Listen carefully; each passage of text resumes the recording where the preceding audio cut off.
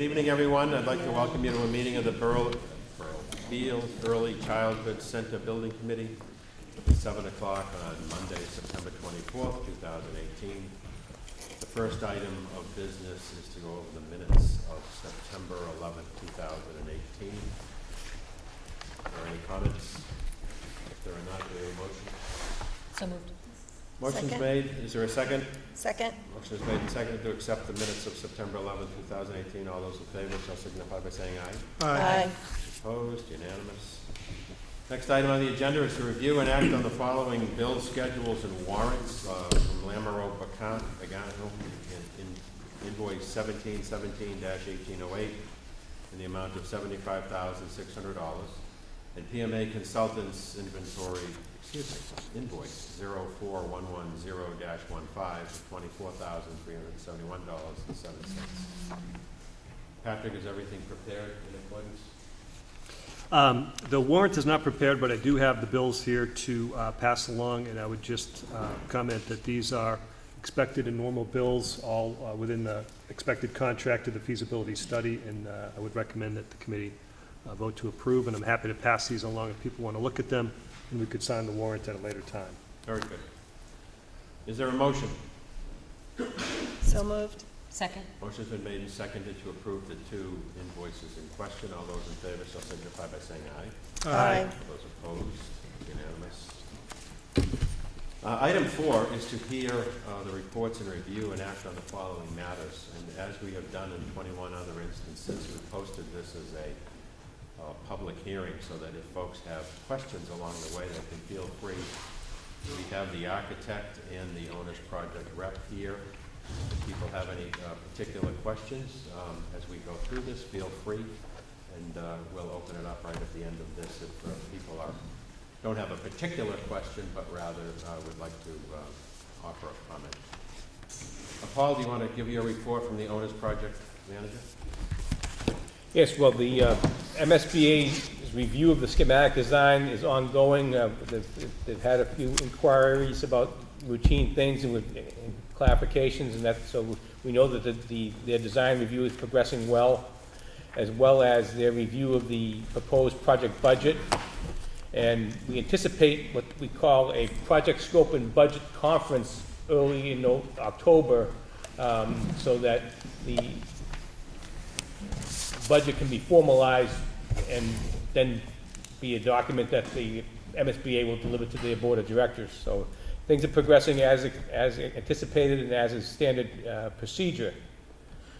And regarding the construction contracting method, we have the construction management at risk method, and the Office of Inspector General approved the town's application to proceed with this method, and they approved the application on September 7th, just 4 weeks after it was submitted, and so it was good. They are allowed 60 days, and they only took 30, so it was a good result. But this is the third time the town has used this method, and the experience of the town with this method was evident in the application and its approval. And if we can defer to talk about the pre-qualification committee. Yep, we'll do that later on. Anything else? That's all I have right now. Okay, any update from the architect? We have no update. Very good. Anybody here this evening who would like to offer a comment or any other thoughts on this project at this point?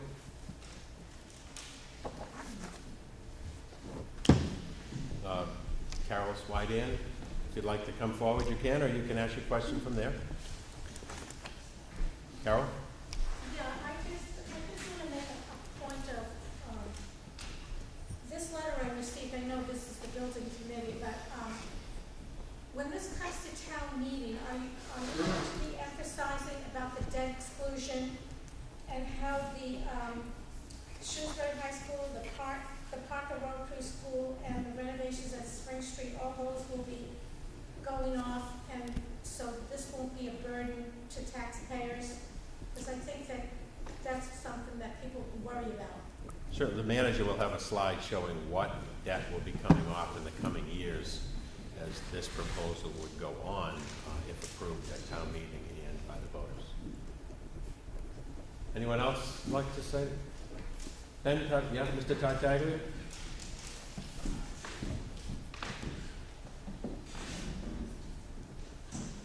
Yeah, I've got quite a few notes here. A lot of it has to do with Lake Street itself.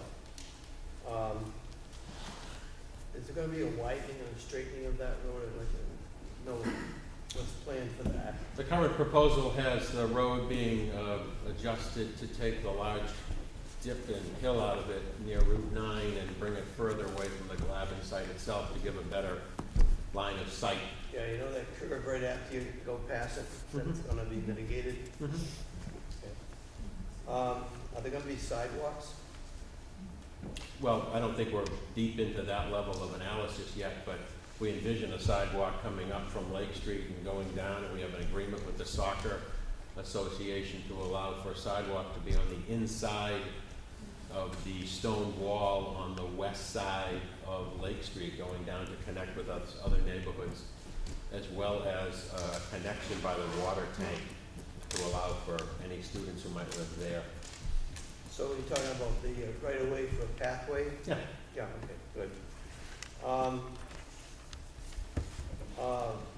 Time of day traffic, that gets pretty busy in the morning and in the afternoon. Any comments on that, traffic studies that have been done, anything like that yet? You guys, would the architect please speak to any specific study? We did have traffic studies done of that area. One of the fortunate things about the distance of this particular site from Route 9 and Route 20 is there may be a line, but there is space for the traffic as anticipated. Additionally, a major component of the project is to accommodate 120 parent pickup and drop-off cars on the site itself, so that they won't be going out into Lake Street, as well as a separate drive for the 15 buses that will be a different circulation. So we anticipate that will be a tremendous help in terms of the traffic. What about the width of the road? We I do. mean, you've got a stone wall on one side, and you've got trees and barriers, and We do plan to widen it, and we do have a slide that will show that. So if you're able to stay a little bit longer, we'll be able to show you the plans for that. But it is planned to be widened, yes. yeah, somebody's gonna have to move the stone wall. It is not insignificant, but it's an important part of the project for all the reasons you're bringing up these questions in terms of making it a safer road that can accommodate the level of traffic that we The cars go pretty fast through there. They really move out. Because my son lives on that road, and if we're out there mowing the lawn or something, there's like, you've got a couple of seconds from the visibility. the when it hits that visibility, area. yes. What about the weed and like poison ivy and shrub management along that street? Right now, it's not, as good as it could be. And I know the poison ivy gets mowed, but, I think that's a maintenance issue that we'll have to deal with further along. I don't think right now, in all honesty, other than the annual cutback, there's probably nothing really done along that way. is there gonna be any traffic lights at all going in and out of the, school area? No lights. We will have the 20-mile-per-hour zone and flashing lights that you're accustomed to at a school area. And certainly stop signs, but we don't have any signalization planned. I mentioned this before, when you're going down Lake Street, passing the Glavin on your right, or I guess you're going south, there's a dip at the bottom of the road that floods every time there's a heavy rain. Right there? Or is it down Let me further? see. Where's the end of the soccer area? Right here. Yeah, it's that next street after the soccer area. There's a dip in the road that floods quite a bit. Also, that area is prone to fog. And in the wintertime, if you're coming north up that road, that hill, which I guess is gonna be mitigated, that's really hard to get up that road sometimes in the bad weather. You said the flooding is down at that south end, Ben? It's called Haley Road or? Yeah, okay. Yeah, that road, right down the bottom, Oh. there's a drain, Yeah. a storm drain, but in the heavy rain, it doesn't help Well, much. perhaps, Kevin, you could have that checked tomorrow, given the forecast. Thank you. Of course, the fog's a problem down there once in a while. Let's see. But that, so I was concerned about that right away, that right of way, for the kids to walk in the path, that's very important. I'm not sure exactly where that comes out, you've got that under control. Guess that's it, thank you. Thank you. Anyone else who would like to be heard? Just a quick question. Yes. Is there a presentation coming and then, or is this not just the opportunity to? Go ahead, jump in, yeah. All right. I'm Lindsay Heffernan. I have a daughter who is in the half-day program here at Beal. She was actually #1 on the wait list to get full-day kindergarten. As much as I respect the work done at this school, I can say as a parent, the idea that we're going to bring some more equity for all of our kindergartners across the district is something that personally my husband and I have been wrestling with all summer long. We are currently paying about $7,000 out of pocket for her to attend a half-day morning program in order to supplement. I think many of us know that young children really need, as the standard of excellence is, for them to have, every child to have full-day kindergarten. So the idea that this building will help us achieve that, I think, is really critically important for our town. But more important, I guess I would also just say, besides being very clearly in support of this, the equity across the entire school system, right? So I'm thinking about kindergarten, because that's the child I'm thinking about right now, but for all of our elementary school kids to have a little bit extra space, for my child at Patton to not have art in a cart, but to have an art room, and for special ed spaces. I have a son who gets pulled out and he gets those services in the hallway, which I can't imagine, quite frankly, how that feels for his psyche. And I know our teachers work very hard to build the best spaces that they can, but clearly we have an infrastructure and capacity shortage. I would just say, as a parent and a town member, I couldn't be more supportive and thankful for the innumerable hours you all put towards this, and want you to all know that we're really supportive, and thank you all for your time. Carol, did you have a follow-up? Yeah, I just wanted to say, I live off of Lake Street on the other side, and the lights at Route 9 have already been mitigated.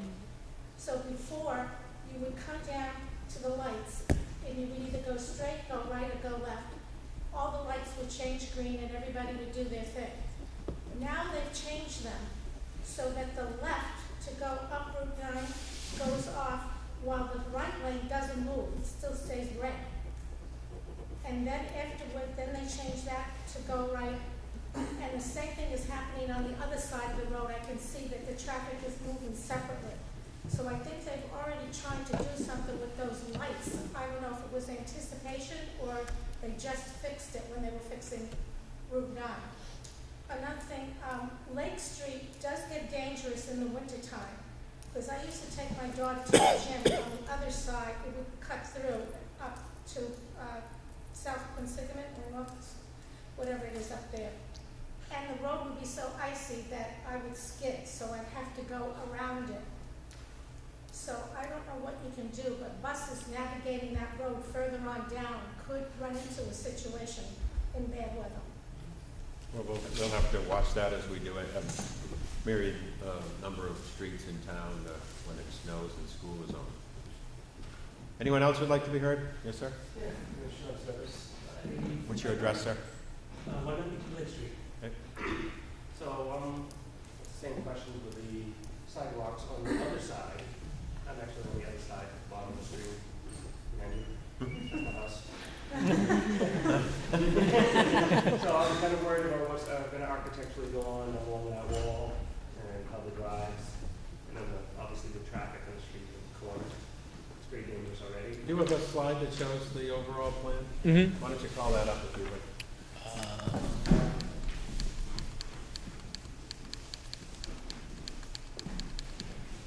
Yeah, with me. So you live right, well, your house just disappeared, right there? Yeah, over there, yes. Okay. Yeah. Around the corner of that. Some Okay. sidewalks there or not, or There are sidewalks currently being proposed along this portion. We haven't broached the subject or gotten into whether they will extend down to, as you can imagine, you get down to 9, there's not, nor do we probably want students walking down that way, but there's really not many ways they can go once they get down to that traffic signal. And as mentioned previously, looking for a pedestrian right-of-way out by the water tower, by the soccer field, is to connect to that more local neighborhood, keeping the kids off of Lake Street as much as possible. But as far as possibly introducing a sidewalk along here, it's another topic that we haven't necessarily broached with the town. But as of right now, part of the town streets program, any improvements, sidewalks are required along those improvements. So that's why we're showing them where we're realigning the road. Yeah, so as you mentioned with the hill, how that doesn't work, there was an accident there just last week. Mm-hmm. Car hitting the house, they either have another car or the hill, Yep. pretty much there. And how it's going to impact, there's a rock wall there. So what's a little difficult to see here is if you look, the existing dashed lines is the current right-of-way. So we're actually belling it out a lot to the east as you're heading south. And not only are we adjusting the horizontal alignment, we're also adjusting the vertical alignment. We're taking the curse off of that really high point, and then we're filling in a little bit on the low point. So the two curb cuts are remaining in the same locations in essence. We're getting a better 90 kind of alignment. You always want vehicles coming into a road they're approaching at 90 degrees so they get maximum visual stopping distance in both directions for people both approaching the curb cut and people leaving the curb cut. So that's what we achieved by bellying out that road a little bit there. Okay, and it'd be too early to talk about what's architecturally going to go along that wall, the border on that property. Looks like trees and grass right now. Couple poles happen to be on my side of the property for some, because the way the building did it. Yeah. And I've had issues with the trucks pull in, and have to pull over 25 feet of grass to, when they tried to run the wires with a temporary library. Oh, really? That was odd. Okay.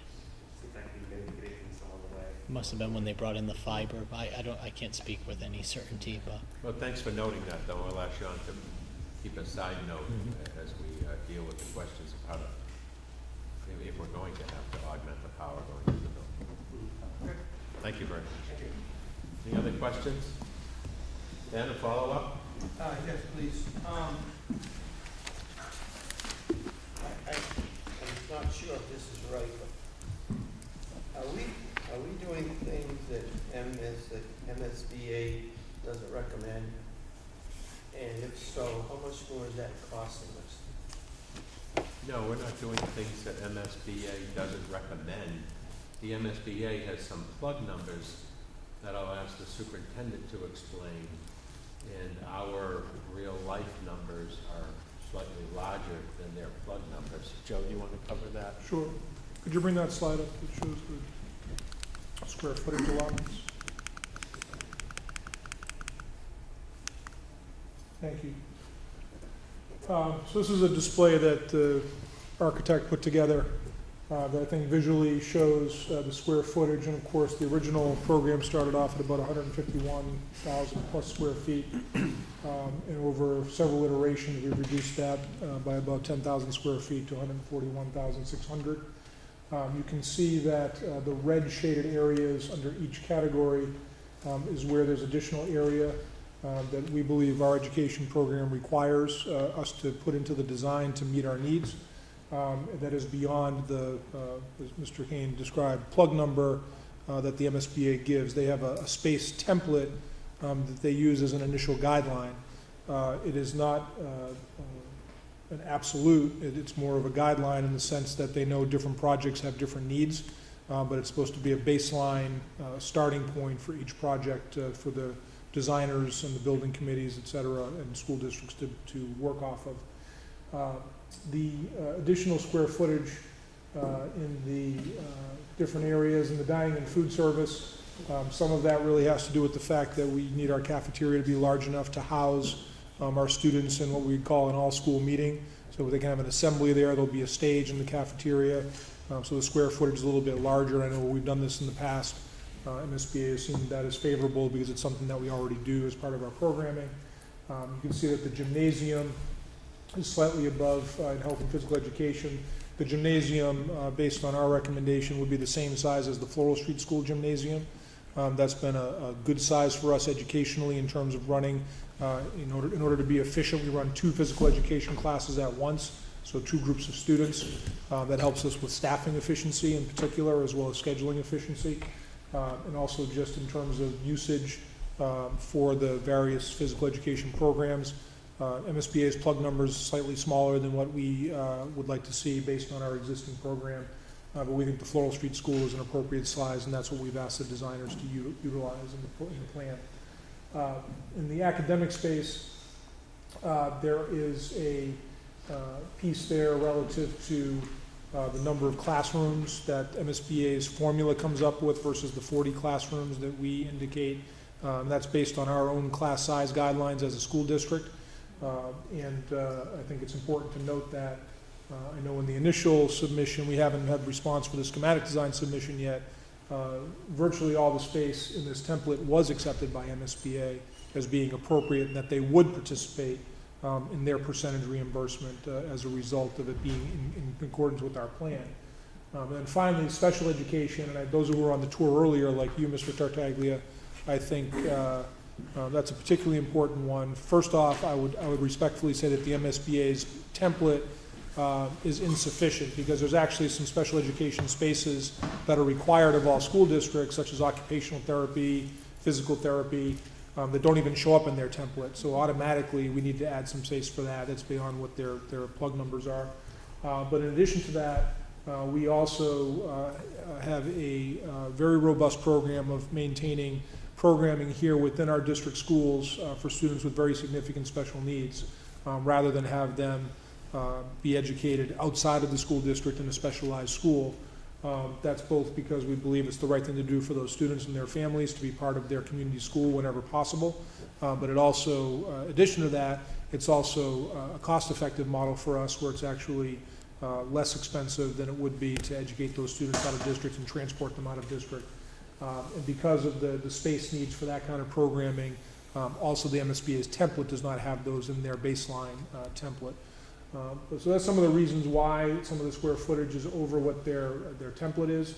But I believe, and Mr. Queenie, maybe you can give the number, but in our initial submission, I think out of the total square footage, there was like something like 3,000 or 3,500 square feet that the MSBA indicated would be on the district's or the community's dime, as opposed to them participating out of the total 141,000 some odd square feet. And that may change as a result of the next submission, could even improve upon that. So even though all those square feet are beyond their initial template, just as with the Sherwood project, the MSBA will, in fact, based on their acceptance of our plan, we will know more in the near future, but they will typically participate as long as we've been able to justify the educational programming needs for the space. But maybe you can confirm. I'm not sure what the exact number is, Mr. Queen. Yeah, it was on the range of 3,000 to 3,500 in their review of the previous design, but now we have a fresh start with the new design submittal, and we'll see how they respond. But the MSBA by practice is very careful and consistent, and they do support every square foot of the building that's justified for the educational program. Does that answer your question, Ben? Sort of. If we're above the MSBA guideline, we have to pay more in taxes than if we stayed within those guidelines. No. No, not at all. That's a simple guideline, and then they review it relative to your educational And program. there's some, and you can talk to them when you make a proposal to them, and we may be able to mitigate that. I just want to make sure we're getting every dime we can out of them. I assume we're doing all the lead stuff, the Lead environmental 4. stuff to get extra percentages and all that. That's correct. Right, there's a 2% incentive. The MSBA's reimbursement rate that's applied to eligible construction costs, building costs, that reimbursement rate, you have a 2% bonus because of the plan to design a green building. Okay, great. And one last thing is the parking. I know at the library, you know, we were out of parking the day we opened, and I'm concerned that the parking lots here aren't big enough. All right, let's ask the architect to walk us through that, because I think they've dealt with parking quite successfully in the new proposed You building. want me to take this? Oh, right ahead, Sean. Right. So, as previously mentioned, I'm going to go to the next slide. It zooms in a little bit closer. And I'm actually going to show you the circulation paths to give you a better sense. So the idea is that the parents would come in the northern curb cut, loop around, and similar to a lot of the elementary schools, we're going to use the paved play area for parent pickup and drop off to the lower lobby. The buses have an independent loop of that to keep the students safe. They drop off at the front door.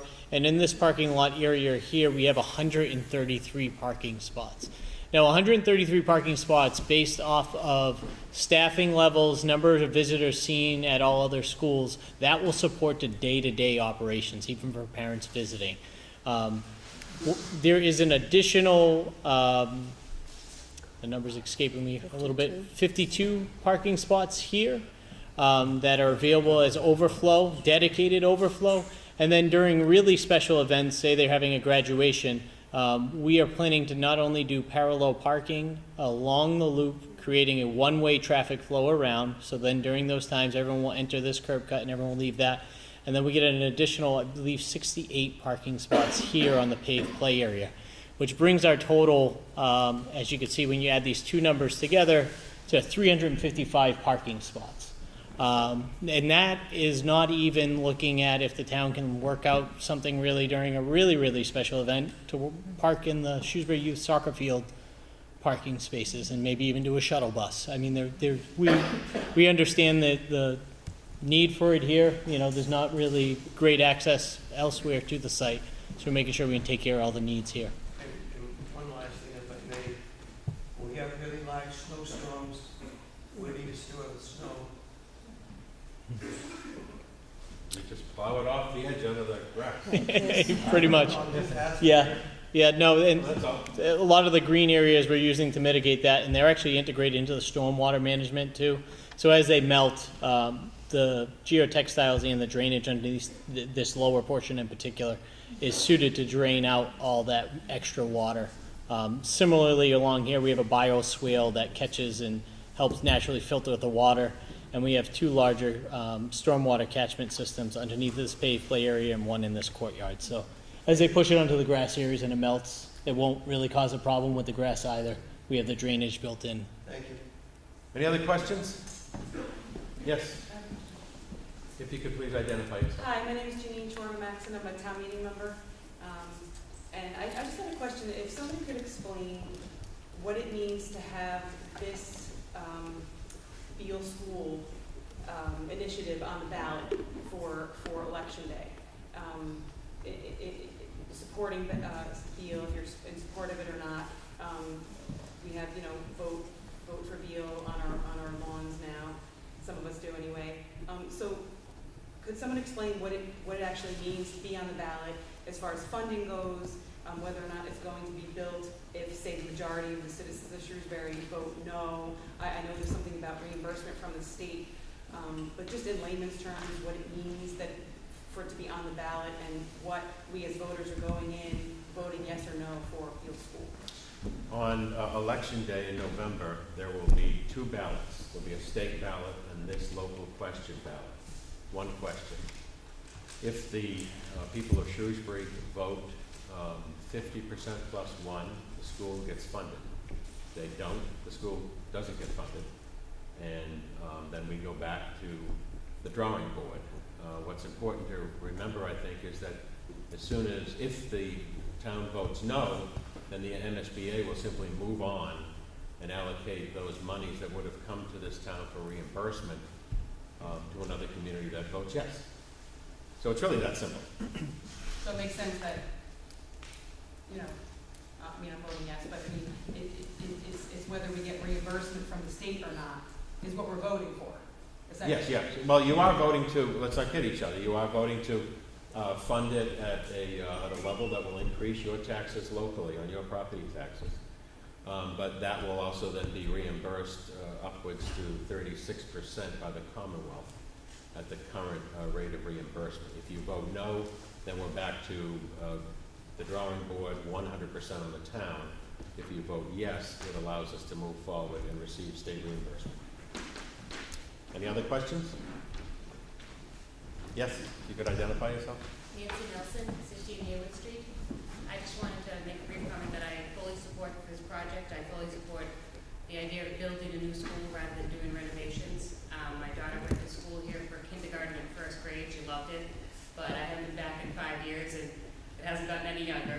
I can't imagine the logic behind pouring more money into this building. It served its purpose. It's time to move on. And I just want to say thank you for all of the work that you guys have done to making this school a possibility. And I plan on voting for it in November. Any other comments from anyone this evening? Any other questions? Yes, sir. You can identify yourself, please. Yes, Vikram Chabra from 9 Ashwood Circle. I'm also a town meeting member, Precinct 7. So I just want to say that I support the initiative for the Beal School project, and basically because I'm driven by a philosophy that it's based on a Greek proverb that says that it's because of old men who planted trees that future generations get the shade to live in, and I think that this is basically a good example of that. We're planting a new tree for our community. I have 2 children in the school system, and my daughter actually did kindergarten, full-day kindergarten here at Beal, and I would just like to say that she was actually afraid to go to the bathrooms over here, and she would hold on to her pee all day long. Sorry to be so graphic, because it was so dingy and scary. So I think for our kids, this is a really good thing going forward, and it has my support. And I'm going to make it an effort on my part to get this out to the community, to get people involved and to move forward. Thank you. Thank you. Any other questions? Yes, sir. My name is Neil Leffernan. I'm a town meeting member, live at 20 Hepgood Way, and I just want to rise in support of what seems like a very prudent investment that we need to make in our educational future. Thank you. Any other questions? Yes, if you could identify yourself, please. Yeah, my name is Joan Goodchild, and I am a town meeting member, Precinct 8, also very involved in the public school system, was with Patton PTO for many years until last year when my daughter moved on to Sherwood. I have 2 children in the system. We have a lot of really fond memories of this building, but even back in the day when they were here, I felt like the building was out of date. Even back then, this gentleman had stories about, concerns about the bathrooms. I mean, I remember at the time my concern was about the ventilation and the air quality in the building. Every day when I send my children to school at the public schools, I feel like they're getting like a state-of-the-art education, and I think it's time to move on, for the kindergarten level and to find new solutions to send them to a building that really kind of reaches the level that we attain in all other buildings around the district. And so I wanted to stand and rise, fully support this initiative. I've been around to a number of neighborhoods canvassing for this initiative, and have talked to a number of people about how important this is also for all of us as taxpayers, whether this will impact our children or not. It's beneficial to us to be able to spread the message that Shrewsbury leads the way. And so in building this building, we're continuing to say that we invest in education, and that only further pulls people into our community to want to, come here and raise their families. So it's beneficial to all of us, whether we have children in the district or not. That's all I have to say. Thank you very much. Any other comments? Yes, ma'am. You can identify yourself, please. I'm Ruth from 9 Ashwood Circle. I've been a Shrewsbury resident for about 14 years, and I fully, support this initiative. I think it's time. I just feel like we have such a great educational experience for our children at various facilities around the town, and this is just not commensurate with all the other experiences that the kids get around town, which are fantastic. My daughter did go to the school, and she has very good memories of her teacher, Miss Costello, and coming every day to school. It hit me immediately when I came to this building, but of course not with the force with which we know things about the facility now. The facility seemed dingy, frankly a little depressing, and lacked ventilation. Whenever I came to volunteer, it felt extremely stuffy. The teachers had to open their windows in the dead of winter to get some fresh air in, and it just didn't seem right. And just to quote my daughter, she's at the wonderful Sherwood facility now, which is, I wish I was a student there. I just feel like, you know, I was talking to her and she said, Mama, I just don't know, Sherwood is so not like Beal School.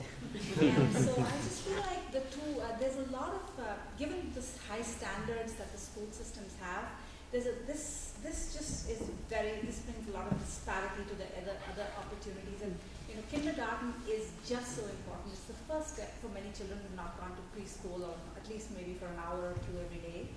I'm going to do my part and spread the message out. I've had a couple of friends ask me some questions, which frankly threw me off a little. One of them I don't know the answer to, and I will ask that. One was, I've had a couple of close friends who are very conscious and aware citizens say, oh, Beal, I thought that's a done deal. What do we have to do about it? You know, we all need to know that it's not a done deal till we vote. And I have two questions, which I want to relay to my friends, and I just want to make sure I have the right answers. The first question is, when I step in on November 6th, do I have to ask for the second ballot? Or do I get both of the ballots? Well, both should be provided to you, but if someone is, you know, sneezing or what have you, you want to ask for both ballots. Okay, that's very good. The other question was from a neighbor of ours who was very concerned that she heard that there's going to be redistricting around town, and she said that she put in a lot of effort and has invested a lot of her fortune into buying a house where she lives currently, and her question was, is she going to be moved to another district, and how is that going to impact her home value? I did not know the answer to that, but I did tell her that, you know, what were the pros of the project, what it entails for our future generations, and how we can lose a lot of money if we decide to no. But could you provide me any information on that? I don't think the school committee has reviewed the questions of districting at this point, because the project is several years out, even if it's approved.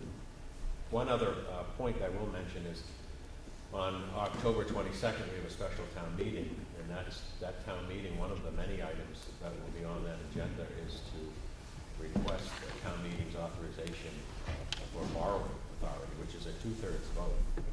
So though the vote on November 6th is a 50% plus one, at town meeting, the standard is 2/3. So it's a much higher standard to get town meetings approval to go out and secure authorization for borrowings, and that's not a small point to be overlooked.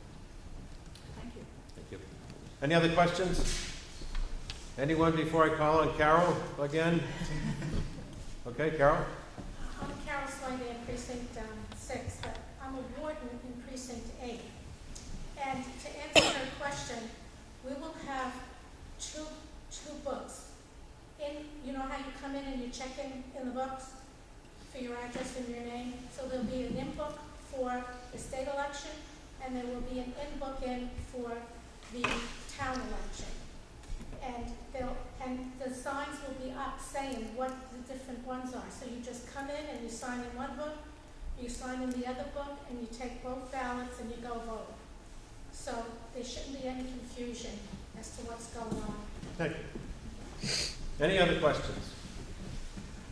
Not seeing anyone, we'll move on to the rest of our business portion, but as we have run the other evenings, if there's a particular point that raises a level of interest on the part of anyone, feel free to raise your hand at that time. Next item up on the agenda is to review and act to establish the CM at Risk Pre-Qualification Subcommittee. At our last meeting, members Masiello, Collins, Boucher, and Cox stepped forward to be on the committee. Another two individuals has to check their own schedules and don't have the time to jump into this review at this point. Is there anyone else who would like to be on the review committee? Or is that a fair summation of the members? All right, then I'll accept the motion to appoint Masiello, Collins, Boucher, and Cox to the CM at Risk Pre-Qualification Subcommittee. So moved. Motion's been made Second. and seconded. All those in favor shall signify by saying aye. Aye. Opposed? We're unanimous. Item 6 is a letter dated September 7, 2018 from Glenn Kuhner, Inspector General, 1 Ashburton Place, room 311, regarding our application to use the construction manager at risk alternative delivery method for the Beal project. It's a it's an approval of our request. Paul, anything to add to that? No, just, it's literally an approval, and it was, I think the state just wants to assure that each municipality that wants to adopt this method of contracting has the tools and capabilities to do so, together the town personnel plus their consultants, the architect and the OPM, and this application went through without one comment from them as they reviewed it, so it's a strong application. Very good. If there aren't any other questions, we'll simply accept that and place it on the record. Item 7 is to set our next date for a meeting, which would be 6 o'clock on October 9th at Town Hall, room to be determined. And I think just to have belts and suspenders in the event something interesting comes up, why don't we also post a meeting for 6:30 on the 22nd before the special town meeting, just in the event there's any action for this body to take.